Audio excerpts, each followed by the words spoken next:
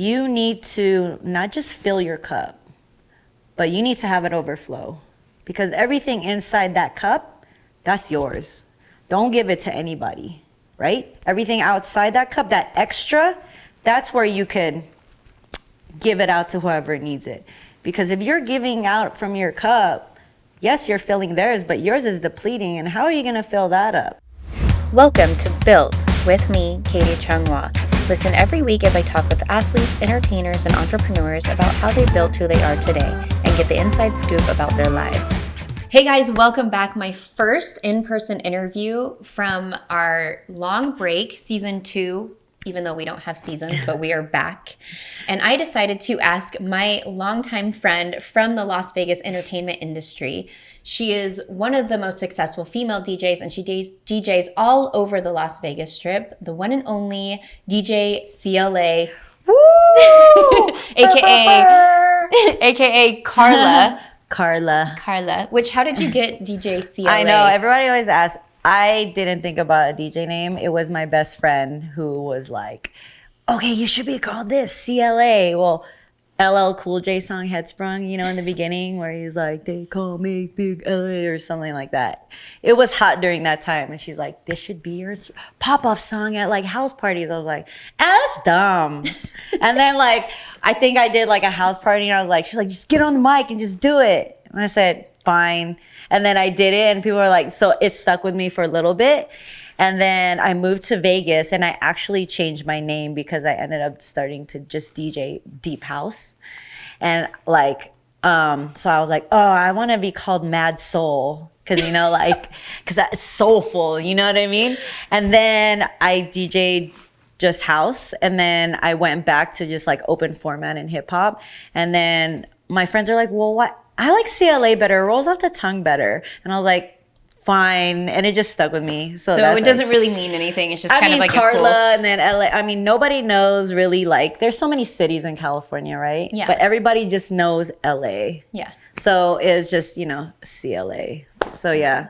So you and I had met at one of the nightclubs out here, Tao nightclub. Yes. And I immediately was like, I want to be your friend. Oh, because you are such a positive person. You're just kind of like that light that everyone's drawn to. And so right off the bat, I was like, yes, you and I will be friends. I'm going to make it happen. And how many years later? So how did you really get into this? And how did you find out that music was your passion? Honestly, to think about it, even as young as, I don't know, when I was super little, I remember I couldn't fall asleep unless the radio was on. And I reflected on that. I was like, how did I end up where I'm at?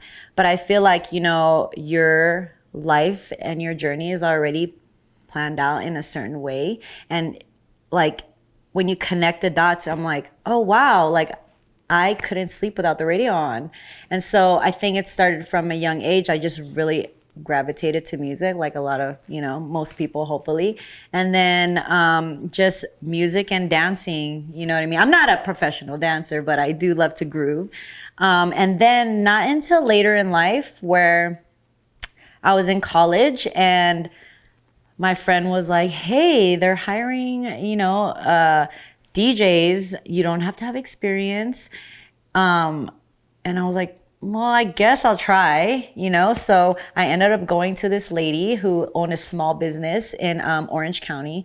And she trained you how to put the equipment together. She trained you how to mix. She trained you how to be on the mic because she did weddings, corporate events, parties on yachts, you know, like corporate events, I said that. But just these like smaller, you know, parties, like house parties, if you have like, you know, whatever, a birthday party, anniversary party. So she would get calls to get DJs to play. So I ended up getting hired and then I shadowed her. And then after a while, she let us go on our own and do parties.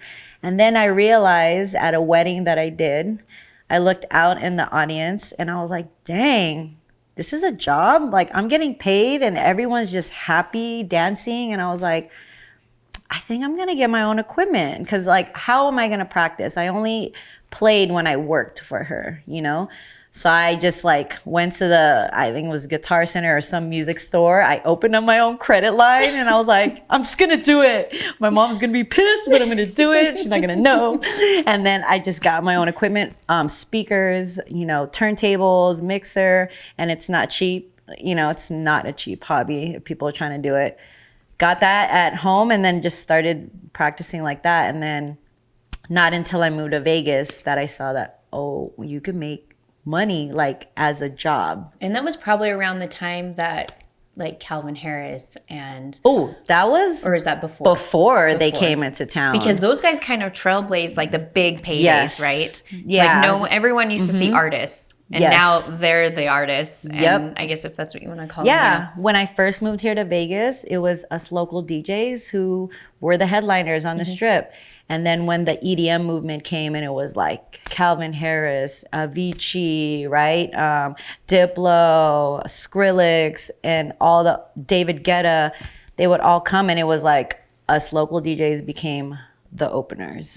Yeah. We weren't the headliners. So, those big names came into town. And it's just, you just have to adapt just like anything, right? So when you started, I mean, were there a lot of women in this profession? No, not at all. And maybe if they were, maybe they were bedroom DJs, but not out there because, it's a male dominated industry. So when the females came around, it was more, I think of just, I don't want to say like a novelty, like, oh, hot girl behind the, but they can't play. And then when the celebrities came along or the porn stars came along, right? Do you remember that? Like, I remember a lot of those, like so many guest DJs and they're like, everyone was a DJ for a minute and they'd show up and the music was so bad. Yep. They don't know anything and they were just, I don't know. And that made, girls like myself who did practice, who did respect the craft and wasn't for the fame of it, right? Like, it's like, dang, like, you just really tarnished a reputation of when a female's behind the decks. Because now, this male-dominated industry will look at you and already judge you that, she's a girl. She ain't gonna do it. She doesn't know how to handle a crowd. She doesn't know how to play. You know what I mean? But it's cool because that's fine. Because once I start playing, then they're like, oh, wow, she could really play. Because I've had times at Tao in the smaller room, when that used to be open, where you couldn't see where the DJ was and the booth was hidden. And then I would look to my left and I'd see guys be like, oh, it's a girl. I was like, hi. Because at first you listen to the music, you don't see them and you love it. And then when you see the DJ, you're like, holy crap. You weren't expecting that person to be behind the booth, right? So that's kind of cool for me to be like, hey, what's up? You know what I mean? Like, I'm that little, like, quiet one, a little ninja who comes in and, like, throws it at you, right? So, yeah, I mean, it's for females. It really takes, it took time to, like, be respected by the guys who've been in the industry for years or decades prior to me, but luckily, I've gained my respect from our guy DJs and, a lot of them too, that they're like, okay, I'm one of the handful of girls that they're like, yo, she could get down, and it doesn't matter gender. It's like, yo, CLA could get down. And I've definitely been in the crowd where I've heard guys be huge fans of yours. Oh, so dope. I can attest to that. Yay, that they are big fans of yours. Yeah. What would you say is the biggest struggle about your profession? Is it because you're a female in a male dominant job or is it anything else related? Yeah, I think just being respected in that way and given the chance. You know what I mean? Like, I could handle a big room. Not to be like, oh, she's a girl, she can't be on the mic. She doesn't know how to do that. You know what I mean? Like, giving the chance, regardless if you're a male or a female, you know what I mean? Because that's the thing. I've had gigs that haven't been given to me, and then I see somebody else get it, and I'm like, wow. Like, maybe because you know that person or you think that they could, you know what I mean? And it was a male, But I looked at it like, before I'd be like kind of salty about it. But as I get older, I'm like, maybe something better is meant for me. Maybe I'm not aligned with that gig, and that's fine. That's cool. So yeah, just having opportunities open up more, you know, and having a level playing field instead Yeah. of being like, oh, okay, because they saw this girl DJ who's super cute or who has big boobs or will DJ in a bikini top.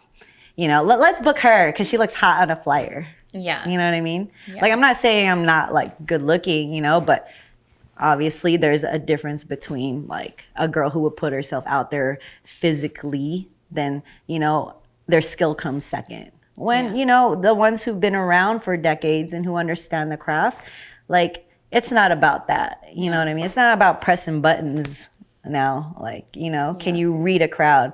If a crowd energy is going down, can you bring it back up? Do you understand if, you know, a big spender's coming in and you need to give a shout out or you need to throw a random song that you know how to bring that in smooth, you know what I mean? So it's just like that. It's just like knowledge and like experience.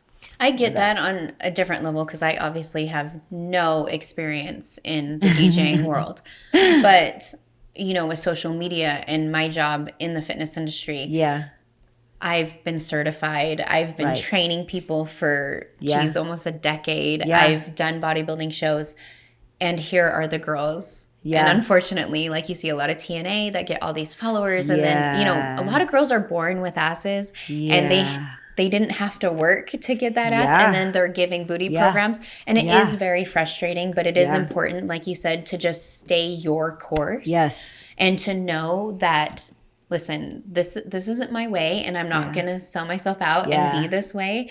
And I think the people who are buying things from you or booking you, like they're booking you for you, and they're not booking you for any other reason, and your success will eventually come. But, you know, your positivity is something that I pointed out earlier. And I do know that you're very spiritual as far as doing yoga, meditating, and aligning.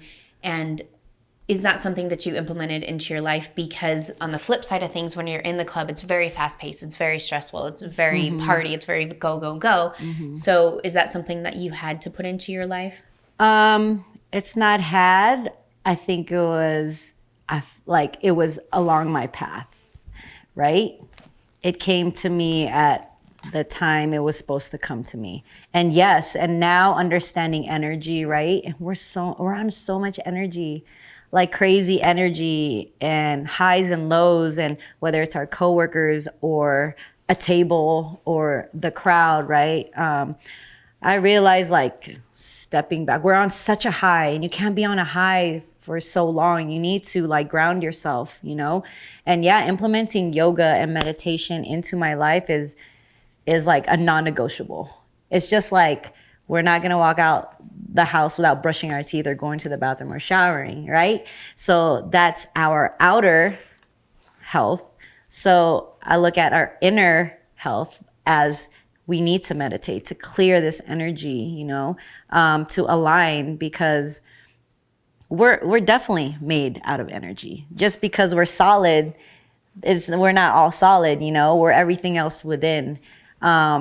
And so, like it's helped me a lot because I need to decompress. We all need to decompress to do good at what we do, because if we're such on a high and we're running on empty and we have to perform and be on like say camera or like, you know, alive all the time in front of people. I never looked at my life. I was so shy. So it trips me out that I'm in front of hundreds and sometimes thousands of people a night, right? And then all eyes are on me, you know what I mean? So everywhere from front to back to side, like, you know, I need to have that quiet because it's in those silence that fills me, to like fills my cup. So then when I go again to my next gig, I'm ready, you know, I could give my energy. You see so many people run on empty all the time. And it's not even in our industry. Yeah. And not even in that industry, but I just see it on so many levels. If people just don't have money and so they just constantly are like freaking out or just draining their days or just running around with a chicken with their head cut off. For sure. There is a time that you need to stop and you need to breathe. listen, I'm not an expert on meditation, but I was like, my goal is to just do 5 minutes a day. Cool. And the clarity that I gained just 5 minutes a day in the morning, Yes. I was like, okay. And I set my intentions.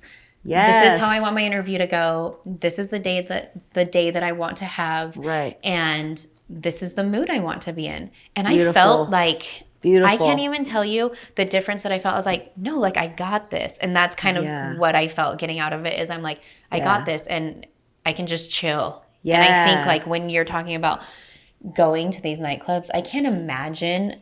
I mean, I see other DJs, like I remember seeing Vice, and when you talk about seeing how a crowd reacts. Yeah. He's up master. He's up there and the crowd could not be listening. He changes the song. Yep. He's up there creating the energy. He's up there jumping around. And I'm like, holy shit, this guy's doing this for like 6 hours. Yeah. And so I can't imagine coming off of that. Yeah. And sometimes the crowd doesn't react. And you're just trying to be like, how do we change this? In your head, you're like, so that's why, you know, like it's experience. And those newer DJs, they don't have that experience. They just play and they're just like in this like narrow focus lane of being like, I'm just going to play this.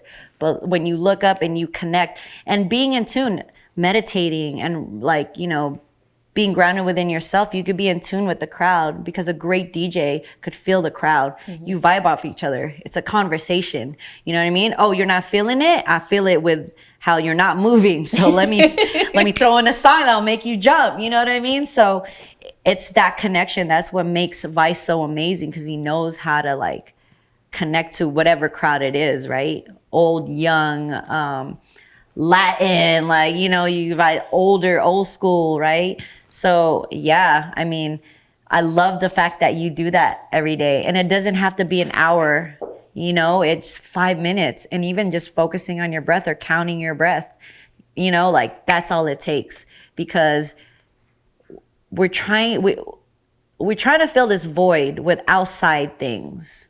And we think outside things is going to make us happy and be okay when it's really within. And right now during this time, we're forced to go within. There's no more outside anymore because it's not there. You know, like we're forced to stay in our house. We're forced to not be around people. We're forced to be with ourselves. Do you know yourself really? You know what I mean? How can somebody else know you when you don't even know you? So that's the thing that, you know what I mean? It's so important. Meditating, yoga practice, or whatever it is. You could even just, sometimes meditation is not just sitting down. Sometimes meditation is running, right? You're still with yourself. You know, you're moving your body, you're just moving prana, which is energy, you know, it's just, or painting. That's meditating, right? That's your own way. But just as long as you take time for you, like, it helps with your day because you could flow better, you know? I think it's great that you're so key on preaching, knowing yourself and being grounded, because if you were to just see you in a club and see you with the energy and see you with everything, you don't know the whole picture and kind of the whole dynamic of what makes you successful. Not only successful as a DJ, but successful within your happiness. For sure. As far as you feeling happy. Yeah. I really believe that you cannot have a healthy relationship. You can't have a healthy friendship. You can't be successful until you fix what's going on with yourself. 100%. You already know. You there. This is why we vibe. That's why we vibe. That's why we're friends. Yes. I love it. So with everything going on, it's no secret that obviously Vegas completely shut down. For sure. I mean, literally every hotel shut down. Now it's starting to slowly open. And DJing was, I mean, that is entertainment on the strip. So how has that affected you? A lot. Every nightclub during the time, done.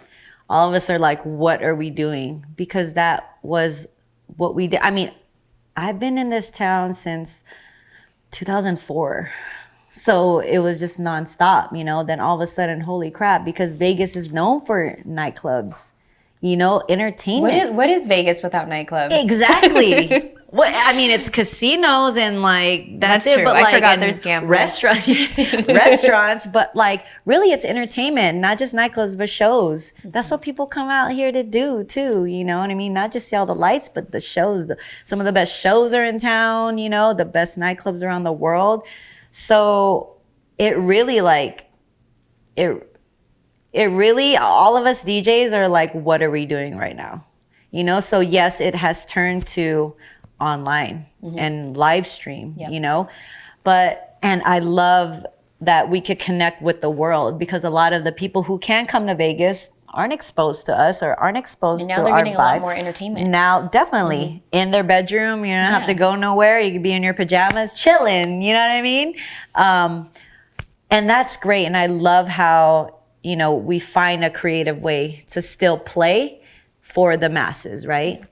But I feel like as a DJ, we connect with the crowd. And, you know, my girlfriend told me, like, look, like, because I'm not so relevant online as much, you know, as my other peers. But, you know, she's like, you connect really well when you're with somebody one-on-one in person. I feel your energy. You know what I mean? I see, and that's how I was like, you're right. I think about it in the nightlife or in the nightclubs, you could see it. You could see the energy. You could feel the energy. And that's what gives me goosebumps. And that's why I DJ. Yes, money is amazing and that's what pays my bills, but it's just another like benefit of what I do, right? Like I've just been grateful to fall into a job. I don't even look at it as a job, but it's just, that's what, you know, like career, whatever you want to call it, my passion, that it doesn't even feel like, you know what I mean, a 9 to 5 or whatever, or like, cause I've done that, you know, I've woken up and been like, damn, like, I don't want to go to work, you know what I mean? And millions of people are in that situation, but they don't want to get themselves out of it, or they're too scared, you know what I mean? I was just grateful that my life had ended up this way. I never looked at myself as a DJ. I just fell into it and I just went with it. You know what I mean? Like, and I just trusted, because when I first became it, just fully was like, I'm just going to DJ, I was a VIP host.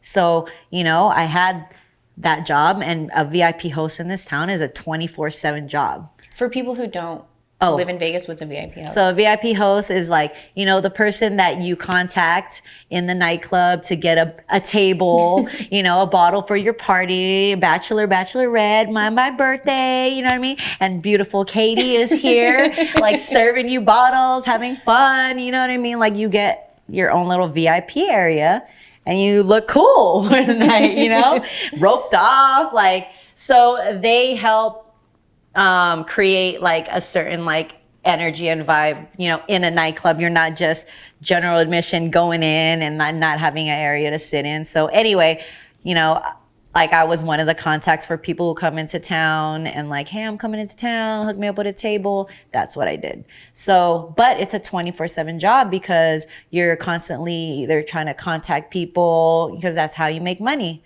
You know, what groups do you have coming in for the weekend, you know, and you're just creating these relationships and contacts and networks, right? So you're the main person that when that person comes into town, they know to contact you, right? So I was that for maybe the first few years I moved here to Vegas. That was my very first job. And then I ended up getting the opportunity at Tao. I got the job, I auditioned, I got the job, and I was doing both at a point. And it was hard because, you know, I'm like, okay, I love this, but a chunk of this job is helping pay my bills.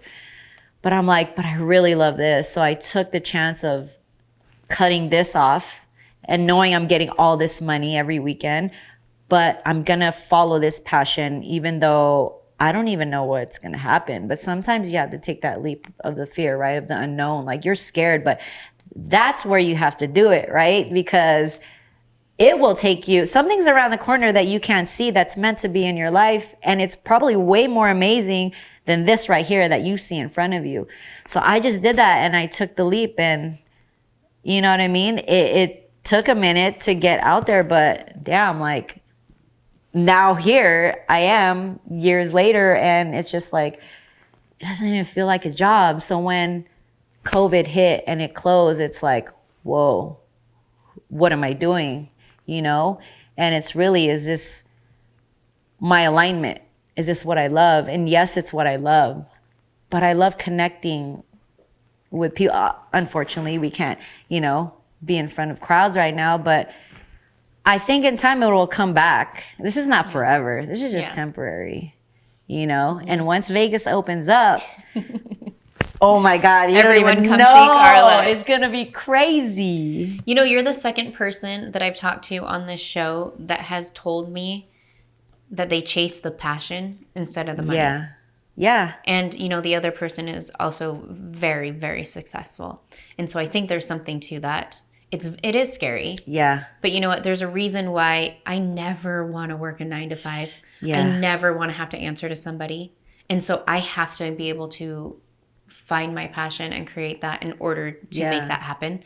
Because if I want to make money, I can work a 9 to 5 and I can get promoted and I can work it long enough that I'll just keep getting promoted. I don't know what the end goal is. But I can tell you that I'd wake up every day not happy. Right? It's the worst feeling. It is. It sucks. With all of this going on and talking about how in tune you are with your happiness and yourself, what is some advice that you'd give to someone that's listening to our show right now that is going through similar stuff? Because you and I, even before we started recording, we were talking about how, for me, it's been more of an eye-opener as far as, you know, the people around me and not having the energy for toxic people and taking this time to remove that toxic out of my life. And so what is kind of your outlook or your advice to people during this time?